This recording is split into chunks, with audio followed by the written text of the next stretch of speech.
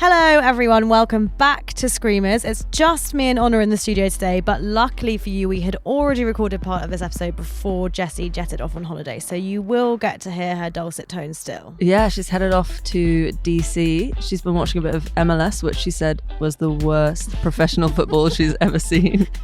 And I think she'll be doing a bit of scoping for our NWSL segment next step. So that's exciting. So yes, this week we will be introducing part 1 of our guide to the NWSL, digging into the FA Cup quarterfinals and the WSL, as well as looking at some shiny new competitions that FIFA have announced this week, and of course picking our Screamers of the week. Lots to unpack, so shall we get into it? Yes. There's been more FA Cup action this weekend as all 4 quarterfinals kicked off. Maya, how are you feeling fresh off the back of Arsenal versus Liverpool? Yeah, we are only sort of less than an hour from the final whistle recording right now. I'm disappointed. You know, I was ready this year for us to win the FA Cup. We haven't won it for a while. Yeah, it would be nice. It would be not bad. FA Cup, lovely. Yeah. But I did say, like, when we had the quarterfinal draw, I thought we got the worst draw. I thought we got a difficult draw. You know, Liverpool have beaten us in the very recent past, so yeah. I don't think this was ever a given that we were going to... a bit of a bogey team. I think so, and I just think we can never seem to get through their defence, and then they are really good at getting us on the counter. Yeah, they're a really good counter-attacking team, to be honest, especially now with Olivia Smith. Exactly. It was like a sort of McCabe-Smith derby down that right-hand side. Oh, yeah. There's that foul from McCabe on her. I was like, bloody hell. I was amazed she managed to stay on the pitch, McCabe, to be honest, because it was obviously frustrating her so much. I think we can agree that Olivia Smith kind of won that battle overall. But yeah, I mean, I do think it could have been Arsenal's. Like, Liverpool were really lucky with that goal. Yeah. With the deflection off Daphne Van Domselaar. I mean, it was still a good shot and pretty much on target. Obviously, it hit the post and then went in off the back of Van Domselaar, but you have to take these chances, and if it goes in, then it goes in. I thought maybe there might be some kind of unsettledness in the ranks of Liverpool, given that Matt Beard has just left, but actually they looked organised. Really organised. Yeah, they looked strong. They were pretty scrappy. They got quite a few yellow cards. But yeah, they looked very stable. They were and like you say, very organised. Really good defence and then really good attack. I mean, and what did you think of the subs that Slager's made? Honestly, they weren't the subs I would have made, but obviously I'm not a football manager. But I was surprised that she went to a single pivot. I was surprised that she took Cara Cooney-Cross off, especially as Leah Volti, the last few times she's played, has not looked amazing. No. I kind of understood the Blackstenius thing because I think she's just a bit more unpredictable. Yeah. And she does have that form of getting us those sort of crazy last minute winners. Scrappy goals. I did think with 9 minutes extra time, we might be in. I think when 9 minutes are announced, then you would imagine that gives the team a massive boost, but not enough. Also, I just can't believe, the energy at Meadow Park didn't suck that ball into the goal. Can't do it every time. You had that luck versus Bayern, I think. And versus West Ham last weekend, to be honest. But no, I think I'm happy Jessie isn't here to gloat in the studio. But if I had to say, Liverpool did play better, and the scoreline reflected that, I think. Yeah, so a really well-organised defence from Liverpool helped them get that win. And it was a similar story in the first half for Villa playing City. I thought we might be on for our cup set. I thought so as well, because in that first half they looked really well drilled, solid game plan, sticking to the game plan. It was a really interesting starting lineup actually from Arroyo. That shot of the bench. Jordan Nobbs, Kirsty Hansen, Rachel Daly, Noel Maritz, maybe less so Noel Maritz, but those three you kind of think of as Villa's sort of star players. Yeah, those three are the faces of Villa. So that was interesting. Wonder what she was looking for. Was she kind of going for more of a pacey That's what attack? It looked like. And it was working, to be fair. Like, Ebony Salmon was really getting down that left-hand side so quickly. Yeah, but it's such a shame that she missed that 1v1 chance. That was Yamashita. Such a good chance. It was a really good save from Yamashita, but you just think at that range, you have do to something put that different. Away. Yeah, exactly. But I think Anna Patton and Lucy Parker at the back in the first half did a really good job. Also, Paula Tomas. Yeah, in definitely. Defense, she was really impressive. They were really pushing City out into the wide areas and then being able to defend the crosses really well. So it just didn't give City any options, or at least City weren't able to find any options to get the ball in net. I think this extreme game plan kind of wore them out though, because they were just pushing so hard. Yeah. And then just after half time, you could tell they were tired. Before any subs were made, Bunny Shaw scores, and you're just like, are Villa still in it? And then it was a really well worked goal as well, Bunny Shaw's goal. Like really nice ball in from Mary Fowler, perfectly timed run from Bunny Shaw. The kind of thing they should have been doing the whole of the first half, but just hadn't done for some reason. And then 15 minutes later, Jess Park's goal was just a complete Villa switch off. Yeah. Miedemar passed it to her. She was in an enormous pocket of space and could just really calmly slot it in. Yeah, I think that just showed the tiredness of Villa at that point, when it's like they've been defending so well. Yeah. And just switched off for 1 second. But even at 2-0, Rachel Daly came on. She almost scored that chance with her header. She did. This is the thing about these subs, bringing on Daly and Nobbs and Hansen as kind of impact subs, these big names, but they weren't able to make an impact.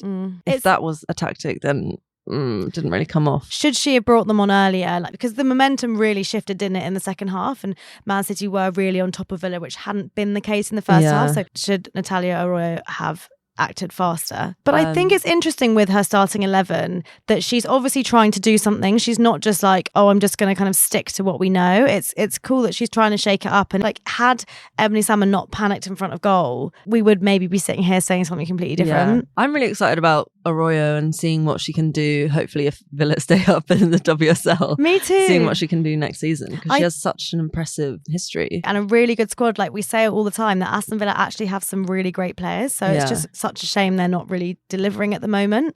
But maybe, she'll take this time to kind of, give all of the players a bit of a rotation, which kind of seems like she's been doing. Yeah, which is good. You need to show trust in your squad and exactly, like not always stick to the same faces. Totally.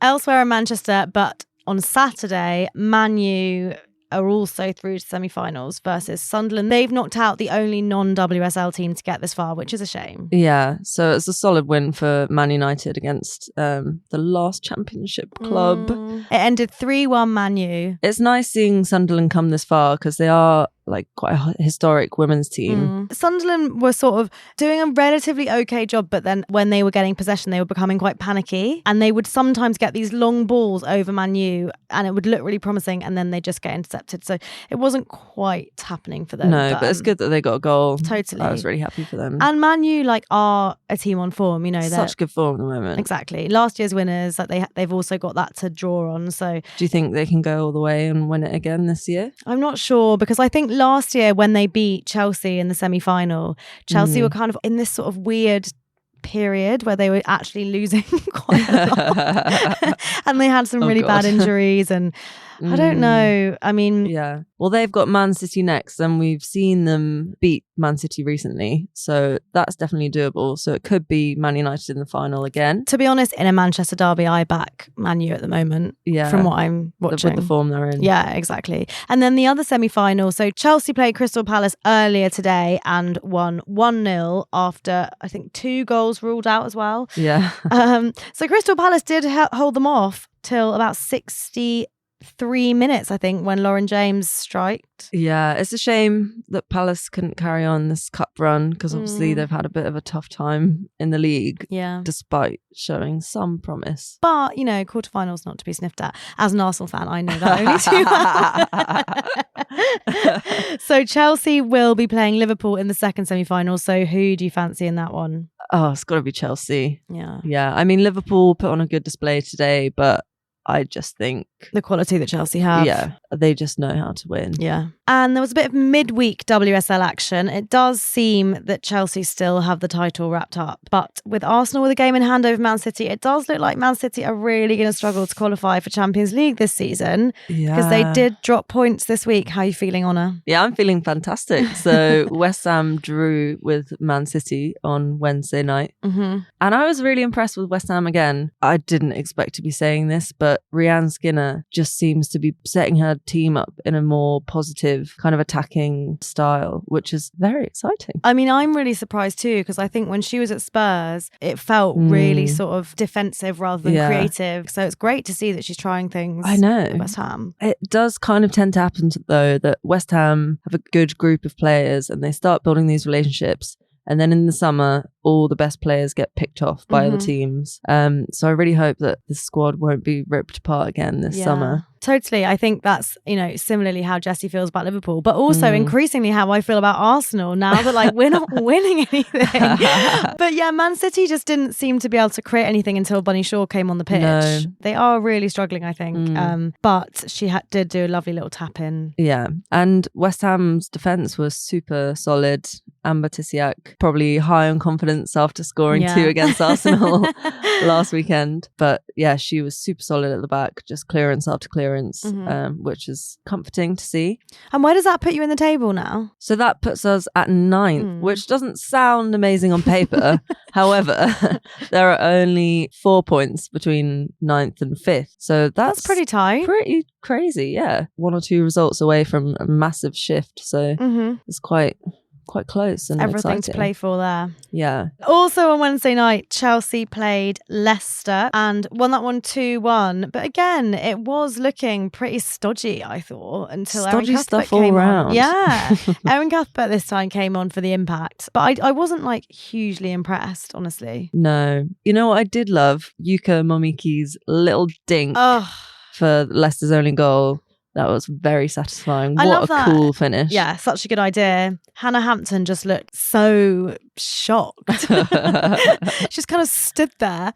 But next weekend, we've got some pretty spicy matchups in the WSL. Yeah. We've got a bottom of the table clash, Aston Villa Crystal Palace, which I think is going to be really exciting. It is exciting because if Palace can take 3 points from this, then they'll be on 9 and Villa will be on 10. So that really, really would tighten it up. But obviously if Villa can win, then... If it doesn't already, it will start to feel kind of inevitable that Palace are going down. Exactly. So I'm really hoping for a win for them. Yeah. I think after Villa's performance today against Man City, it shows that they have got something about them. Yeah, I agree. It's just like this season-long story of playing well but not being able to get results and just not being able to hang on to so frustrating. Those wins. But equally, Crystal Palace held their own for a long time against Chelsea today. Exactly. So honestly, it's looking to be quite an exciting game. Absolutely. Also, Spurs Brighton. I think Brighton's going to have that. I think so. Yeah. Spurs have been looking so pathetic.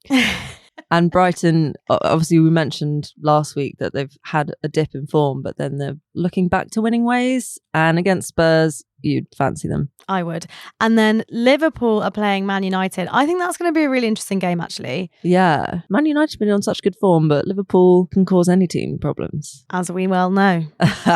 And then the last game will be Everton-Arsenal. I'm really hoping to get the 3 points from that one. But yeah, but maybe we'll get some Sorensen magic again. I mean, I'm raving about Killigargo, as is everyone else. Yeah, for good reason.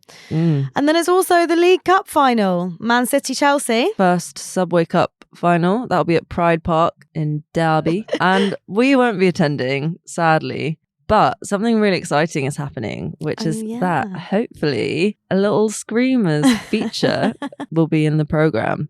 So if any of you listeners are heading to the Subway Cup final, please take a pic of us in the programme. Yay! If they didn't cut us out. We've made it, hopefully. I think we made it. I think we've made it. I think we're famous. It feels like every episode we're reacting to massive news in the world of Woso. Just keeps life exciting on her. Honestly. And so this week, some new competitions have been announced. Firstly, the Women's Club World Cup, which is set to be every 4 years, where the 16 teams from around the world. All 6 confederations, I think. So it's Europe, Africa, Asia, North America, South America, and Oceania. Yeah, great knowledge of the continents, Maya. And as well as the Club World Cup, there will be the Women's Champions Cup every year apart from the Club World Cup year, which will involve 6 top teams. The winners of each confederation. What do you think, Maya? Is it too much football?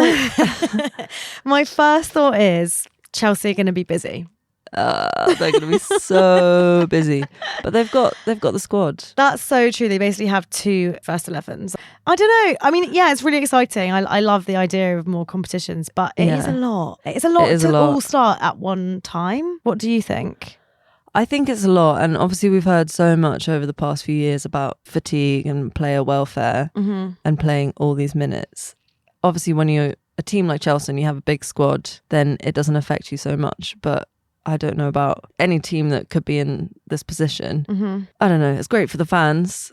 More football to watch. Yeah, it is. But I'm not sure what some of the players will have to say about this. Well, yeah. And the coaches. Also, the Champions Cup, which is the one which happens every year and is just 6 teams, so 1 from each confederation. That happens in January. So that's like bang in the middle of our season. So it's going to be, if you imagine Chelsea could be in like the Champions Cup as well as the 4 other competitions they're already in. It does feel like a lot. There was an article that had like the schedule for the next few years, and it's like 2025 Euros, 2026 Women's Champions Cup, 27 Champions Cup. Oh my God. 27 also Women's World Cup. 28 Olympics, also 28 FIFA Club World Cup, and 29 FIFA Women's Champions Cup. But for the fans, it's great. Bring it on. Bring it on.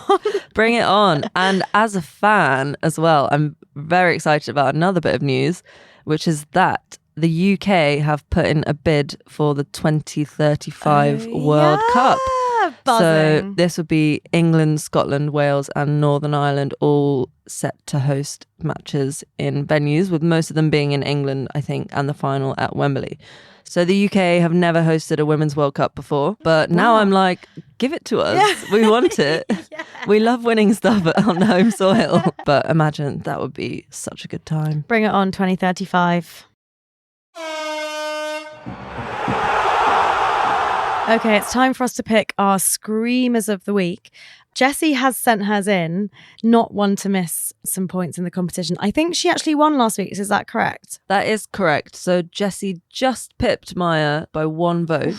So Momoko Tanikawa beat Katie McCabe to the title for the Screamer of the Week, voted by you guys. Thank you for voting, everyone. Anyway, Jessie has sent hers in. So, oh my God, what a goal. I've just been seeing everyone online saying this is like the goal of the season. It's incredible. It seems to defy gravity. Yeah. Wow. It's the screamer to end all screamers, really, isn't it? It is. It's the most unconventional screamer as well. I think Jessie's sent a description, hasn't she? Of how she feels regarding this goal. So just first of all, the goal was Lisbeth Ovalle for Tigres women. And Jessie has said, I think this proves I'll never understand being an attacker because I don't know how or why you decide to attack across like that. But it's insane, it's magic, and I love it. Which I totally agree. So cross goes into the box and Ovalle, I don't know how to even explain this movement because it's like a little ballerina, scorpion, spin, flick, back heel, dink into the goal, and it's mind-bending. It is so good. It's innovation. I think you can see who me and Honor are going to be voting for, because I have to say, elsewhere we have both been quite sort of devoid of inspiration. It's been dry. I think it's also the Sahara. I think it's partly because we saw the one that Jessie picked so early on in the week. Yeah. Obviously, nothing was ever going to match up to it. But even so, nothing has really even come close at all. No, it's been a really bad week. It's not even been a screamer that we've seen. No. If you guys have seen screamers, please let us know. Let us know. But we feel like we've searched far and wide. Far and wide. We've gone to all of the leagues. No, okay. Maybe we haven't been that thorough, but we've been trying, okay? We've been pretty thorough. So, and I need some points. Because Maya's running away with it. But I mean, we all know who's going to win this one. And absolutely fair enough. Because we've ended up just choosing like good goals. Yeah. There's no screamers, just decent finishes. So, Anna, why don't you tell everyone what yours is? Okay. So Manu Pavi from West Ham, for her goal against Man City. It's a nice goal. It's a cheeky little back heel from Ueki to put it right in Pavi's path, who takes a couple of steps and just, super cool finish. Slots it past Yamashita. Yeah, nothing wrong with it. Nothing wrong with it. Absolutely gorgeous and good stuff. If I was her, I'd be really pleased. And my screamer is Erin Cuthbert against Leicester midweek. Another nice finish. Exactly.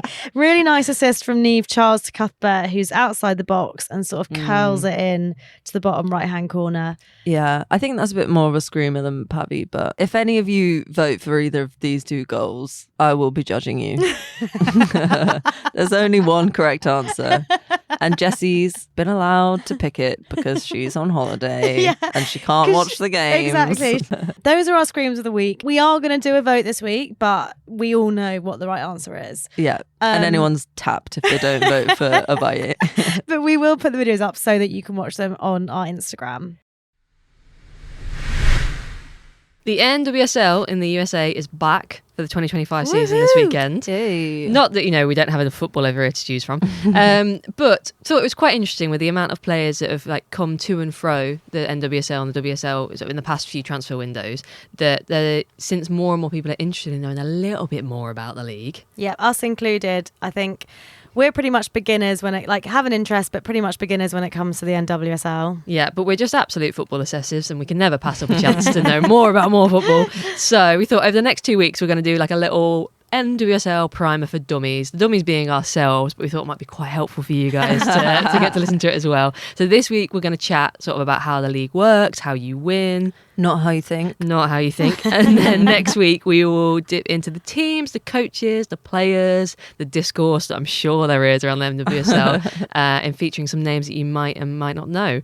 But yeah, I guess back to basics. There are 14 teams. It's bigger than WSL. 14 teams Recently in the league. expanded. Yeah, that's a weird thing about the NWSL, isn't it? Because we've talked a lot about promotion relegation structures to the league here, but there's no, they just sort of create teams. Yeah, whenever they fancy it, it's like, time for a new team. Yeah, it's not competitive enough anymore, guys. Should we make a new one? And the drama that goes into cities bidding for an expansion team. It's exciting. So there's recently expanded, and then there's 2 more that are going to join. Yes, Boston and Denver. Denver haven't decided their name yet. Denver haven't decided their name, and Boston is Bos Nation as far as I know. Both due to join in 2026, I think? 2026 season. So they could take it up to 16 I don't teams. like Bos Nation. I think they should have a rethink. No, personally. I don't like Bos Nation. It feels like that should be the name for the fans. A collective noun. I just don't think I like Bos. Yeah.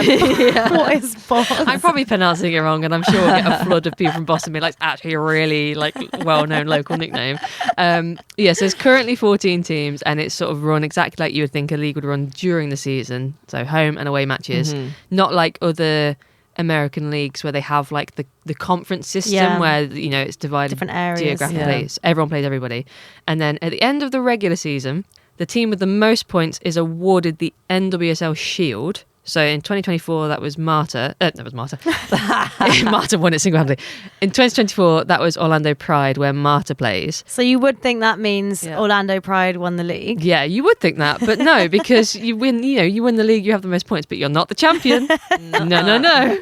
There's a whole separate thing called the NWSL Championships, which finding the structure of this explained in a way that didn't just blow my mind, was like, oh my God. I think they recently changed it as well, but now it's that the top 8 teams then do a little mini tournament. Yes, I think it used to be less than 8 teams. It used to be the top 4, I think. Yeah. So it was really just best like of a the little best playoff. Yeah. So the top 8, which is also in a league of 14 teams. It's a little bit like buggy you, bottom 6.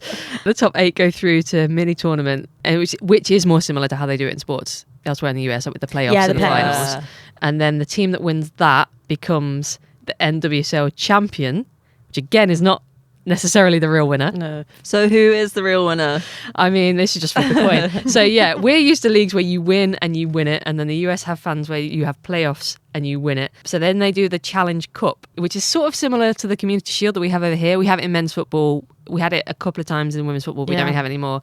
But you have the winner of the NWSL Shield plays the winner of the NWSL Championship. Okay, wait, so what happens in 2024 when Orlando Pride won both? Won both of them. So because they won both, it becomes like a rerun of the 1 and 2 championship final. Oh, yeah. To decide.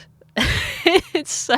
Honestly, I think the NWSL is a really great league, but for me, they lose me slightly at the end. Yeah. It's when you actually watch the games, really competitive, really exciting, really fun. And we understand a league system. We're with you until a point. That. Yeah, so if the winner of the 2 is the same, like in 2024, the Challenge Cup is just reruns the NWSL Championship final. So I guess that technically means that if you have to rerun the final and then the person who came second in the championship final actually then wins the Challenge Cup, does that mean they're the best team in the USA? I don't think so. If I played in the NWSL, I would want to win the Shield, I think. But I think that's because we're coming at it with our culture. But I feel like the team that wins the league. Shield has the moral high ground. Yeah. I do wonder what that must be like for players who go over from the WSL. Like when Jen Beattie went over and there's lots of other players that have gone over and be like, sorry, hang on, we won the league. What do you mean we've not won? Well, we can't forget England legend Anna Morehouse, who has won the Shield and the Championship in 2024 with Orlando Pride. I know. So Anna Morehouse is just cleaning up over there. Esme Morgan's gone over recently.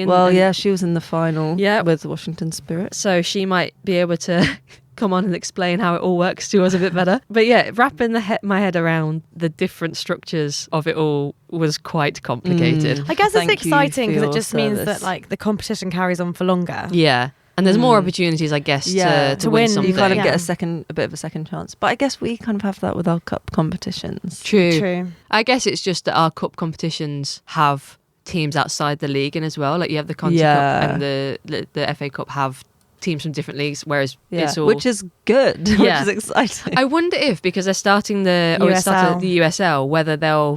do any kind of intro. The USL, which kind of is going to act a bit like a championship. Yes, but with no direct... apparently, is it the same level? No. I think supposedly the same level on paper. Yeah, on paper it's meant to be the same level. I think purely because they don't have relegation and promotion. But it does feel like that would be quite a cool thing to have happen, just so there's some level of inter-competition, contrast.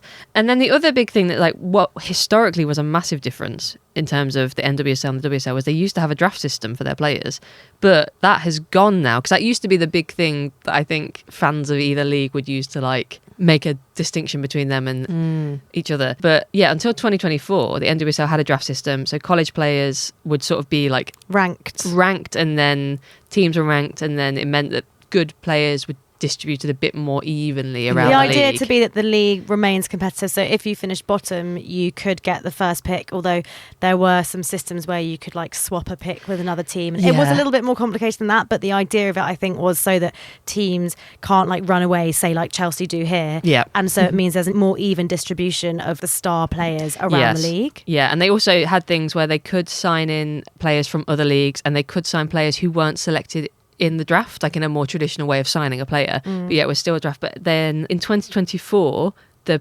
Players Union, which seems like it's way more powerful in terms of like protecting players' rights, like in America. Most of the unions in America compared to here. Yeah, pretty much. They signed a new collective bargaining agreement with the NWSL that abolished the draft and brings it more in line. I guess because of the growth of women's football in the US, it brings it more in line with how women's football and football in general runs worldwide, which makes sense, I think, if you want to make your league more open to audiences worldwide. How do they make sure now that like the top teams don't just remain being the top teams? So they have really strong controls on salary caps. Okay. I think that's how they protect it. So you have, there's no maximum salary that an individual player can be paid. There is a minimum salary, and that's like staggered and goes up every year, which is quite good. That's good. And there is a cap currently of just under $3.5 million per team. And again, that will rise over the course of like this bargaining agreement lasts for like 5 years, I think. So it means that they have to like plot it out across their entire Okay, so squad. It's just like when we have our fantasy teams. Pretty much, yeah. It is run by somebody who's looked at the fantasy football setup. So I guess that's how, because, you know, best players come with bigger wage demands. So that's sort of how you do it. The cool thing about the collective bargaining agreement as well, I was looking up like some of the things it did, because it's like a whole, like it's not just the wages, it directs so much of how the league runs. So it doubles bonuses for like teams and player awards. So if there's like a financial bonus to getting like player of the season or like golden boot or that's cool. MVP that they call it, and it doubles the amount of money associated with that. But also it improves like parental leave, the benefits for childcare at the teams. There's like now going to be mental health support accessible for players at all clubs. Like it's like a mandated part of the NWSL now, that they had to increase the number of health professionals at each club up to 10. So there's like now way more physicians, therapists, sports scientists, mental health providers, massage therapists. Like it seems like the players are really empowered in a way that I don't think we have. I think the American League has gone through loads of different versions, hasn't it? And the NWSL is the one that has stuck for the longest, I think. Yeah. And it seems like because it obviously kind of went wrong, I think financially and for other reasons so many times, they've really, like in establishing the NWSL, had to really think about all these things. And it does seem like it's quite well organised. Yeah. I watched the documentary series about the founding of Angel City. Huns FC. Huns FC, exactly. And a lot of that was kind of as a response to, really awful, actually, player rights and player treatment in the NWSL. So things like real uncertainty, like with the draft system, they could just be told to move like a week before, and like the contracts are much shorter. And so I think the reform that's happening now seems really great, but I think it is also addressing a need that has been, quite awful for a lot of the US players for a while. Yeah, and I think opening up the transfers as well, because it used to be that a lot of players had their contracts played centrally by US Soccer, but they could only get that paid if they played within the NWSL. So I think also it's sort of opened it up a bit more, which is why we're now seeing players like Naomi Gerber come to the WSL, because not dependent on that to be able to totally. And also I guess having Emma Hayes as a coach, she's not going to not pick you because you're not playing in the US. Like, she's probably going to more likely to pick you if you're playing in Europe. Yeah, pretty much. She's just sending them all off to the various European leagues, to Chelsea. Yeah, pretty much. But I just thought that was really cool, because there's been conversations about childcare in the UK and when it comes to football, but actually like for it to be such a mandated part of their league. Yeah, we're definitely behind that then, aren't we? Yeah, pretty much. So yeah, we'll dip into more of the team specifics next week. We'll make our own Screamers rivalries. We'll decide who we should be supporting. Shout out some of the players you might know, who's like the really cool ones to watch over in that league. But if you are interested in watching the NWSL, it's actually super accessible over here as well, which I didn't realise. Way more accessible actually than a lot of British footballers to watch. NWSL Plus is free if you're in the UK, and in 2024, I don't know what it will be for the upcoming season, but in 2024 you could stream 190 games across the league. That's live really good. for free. I mean, I think that's really good. That feels like it's most of the games in the season. And their season runs from now till November. November, yeah. So in the fallow months when we have a summer break. I always think that's how our season should run. It used to. Yes, spring series. Spring series, yeah. And the Scottish Women's Premier League ran as a summer series for a bit. It's quite interesting. I think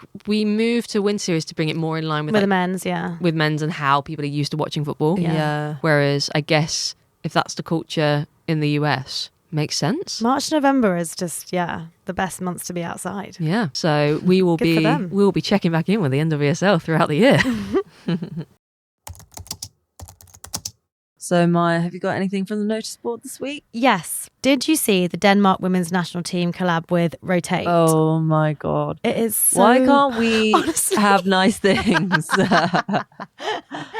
Oh, so cool. I feel like if any women's team were going to do something so gorge, it would be Denmark. It would be the fashion girlies. Honestly, they're the Copenhagen fashion Huns, like all of them well dressed. I need that kit though. Immaculate. It's so gorgeous. It's really cool. But yeah, I just feel like that's never going to be us. No, and they actually get to wear it for one game. I know. Urgh. Very cool. What have you got? So Jessie has actually submitted something for the notice board this week. Mm-hmm. She sent both of us an article called LinkedIn, Volunteers and Goodwill. Beyond Elite, Scouting in Women's Football Remains Embryonic, which is an article by Katie Wyatt, kind of about the state of scouting in the lower levels of the football pyramid in women's football. I thought it was really interesting because it was saying how, like, if you want to find out the stats on like a 4th division men's player, you can get everything, like when they've scored, like, you know, their height, their weight, just everything, where they've been. Absolutely everything. Whereas after the championship in the women's game, it kind of really drops off. So it's all kind of self-starting and just really relationship based. So just kind of, oh yeah, I played with this player at my former club and like they'd be a good fit. Exactly. Blah, blah, blah. And so it means that players often follow former coaches rather than people, really like being able to see this sort of talent pool. Exactly. Yeah. But I thought it was really interesting because we spend a lot of time talking about the top 2 tiers of women's football and how we can make sure they're growing and expanding and, you know, talking about what the WPLL are thinking of doing, all that kind of thing. But the reality is that if we don't get things right sort of at the bottom end of the pyramid, we've got nothing feeding the top flights. I thought it was a really good article, and it's so important that these are the things that we're talking about and thinking about, because really, like, the grassroots of the game is so strongly connected to the WSL and the championship. Absolutely. I'll post that on our Instagram stories so you guys can have a read. And my little piece of news for the notice board is something which was posted yesterday for International Women's Day by Chelsea in partnership with their sponsor 3, which I thought was absolutely tapped. Like, what is like it was the most insane thing, and it made me feel some really, really, really really funny feelings. Chelsea have made this AI video interview between Karen Carney, who's obviously real, and Lily Parr, who was an iconic women's football player 100 years ago. Right. She scored over 900 goals in her career. Obviously, like an absolute legend before women's football was then banned in 1920. But they have recreated her likeness. Oh my God, it's an AI speaking bot. face to face with Karen Carney. And her voice, and she's got this like accent, and she's like, and I was spending my days kicking ball against the factory wall. And she's like saying things like, I want to know who wrote the script. Oh my God. Or did AI write the script? I think I've got no idea. To create the likeness of this dead woman, put words in her mouth, things that she's never said, just like telling her story and her being kind of reacting to the state of the women's game now. Wow. It's actually hideous. I can Although kind of see I where will say she's quite sexy. I can kind of see where they're coming from, but Bits of it I was like, oh, this is like quite nice. Just saying like they played to a crowd of 40,000 or how many. It but feels then I was like they were like, this is a really interesting story. What splashy way that we can get this information across for without International actually Women's Day. thinking of the kind of ethical side of And how bizarre it creating a fake woman Who's and dead. making her say what you want her to say for International Women's Day, rather than speaking to a real woman. A robot. Did you also see Sydney LaRue's International Women's Day post? No. She basically has a son and a daughter. And Yeah. on International Women's Day, she definitely did it last year and she did it again this year. She posted a picture of her and her 2 children and just scribbles out the face of her son. Oh my God. Which I think is quite hilarious. That is actually. hilarious. That's all we've got time for on Screamers this week, but do join us next Tuesday where Jessie will be back for part 2 of our NWSL guide. Woo. And we'll have a good, proper weekend of back-to-back WSL games. But until then, keep up with us on Instagram, TikTok, and all other social media at screamers_pod, or email us at screamerspod@gmail.com. We'd love to hear anything you want us to discuss or any questions you have. And follow us on Spotify, Apple Podcasts, or wherever you get your podcasts, so you'll be the first to know when a new episode drops. Bye. Bye-bye.